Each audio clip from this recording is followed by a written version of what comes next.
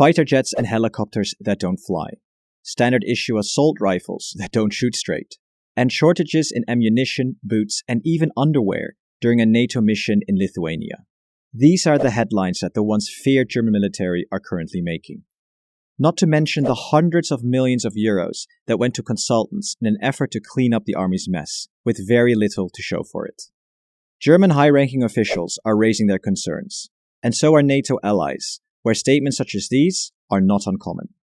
Ever since the Cold War ended in 1991, Germany has allowed its military to deteriorate. And this is somewhat understandable, as Germany was busy integrating the West with the East, which posed great economic and social challenges. Over the last 30 years, there was simply very little incentive to have a powerful military, as Germany doesn't share a border with potential aggressors like Russia. NATO, and especially the US, was there for protection, and unlike the US and the UK, Germany had very few overseas commitments, and there was very little appetite for a large military among the population, who still remember the horrors of World War II. But now, overnight, everything has changed. Only 3 days after the Russian invasion of Ukraine, the German Chancellor, Olaf Scholz, made a shocking announcement, declaring that Germany will massively increase its defense spending and meet the 2% NATO benchmark. This was met by applause in Parliament, and surveys already show that 75% of Germans support this decision. But how significant is this increase? Let's have a look at defense spending across the globe last year in 2021.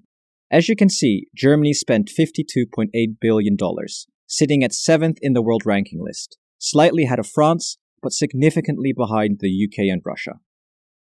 But if we compare percentage of GDP, Germany ranks much lower. Of the 20 biggest military spenders, Germany comes in 15th, as they only spend 1.4% of their GDP on their army. Many have criticized this lack of spending, as it is far below the NATO target of 2%. However, once Germany hits the 2% target, things will look very different. Because of Germany's strong economy, military expenditure would rise to $76.12 billion, putting Germany into 3rd place, ahead of Russia and the UK, making them the frontrunner within the EU and Europe by quite some distance. And German politicians have said as much, clearly stating that this is the intent. And it doesn't stop here. In an effort to modernize the military more quickly, Olaf Scholz has also dedicated a one-time special fund of over 100 billion euros to German defense. This is a lot of money, but spend doesn't necessarily equal military might. The UK, France, and Russia are still far ahead when it comes to military strength. Here we can see the comparison between these nations. While Germany does have a significant number of soldiers, aircraft, and tanks, it only has a very small presence on the sea. France and the UK do have a considerable navy, with multiple destroyers, submarines, and even 3 aircraft carriers in between them. And well, then there's Russia, who just has a lot of everything. As for nuclear weapons, in the aftermath of World War II, it was agreed that Germany cannot possess nuclear, biological, or chemical weapons. However, this comparison is somewhat incomplete and flawed, as it does not take into account military modernization, high-tech weapons, logistics, military experience, and intelligence.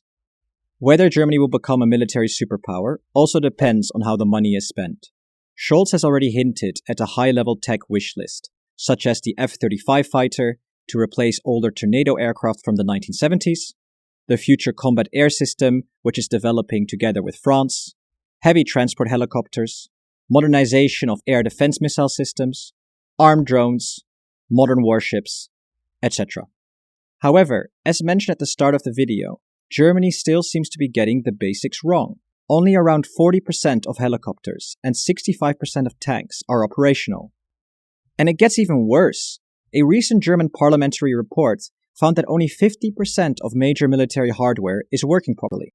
Therefore, money needs to be spent in getting existing equipment up and running first. And as you may remember from the start of the video, the German Bundeswehr has the reputation of wasting taxpayers' money.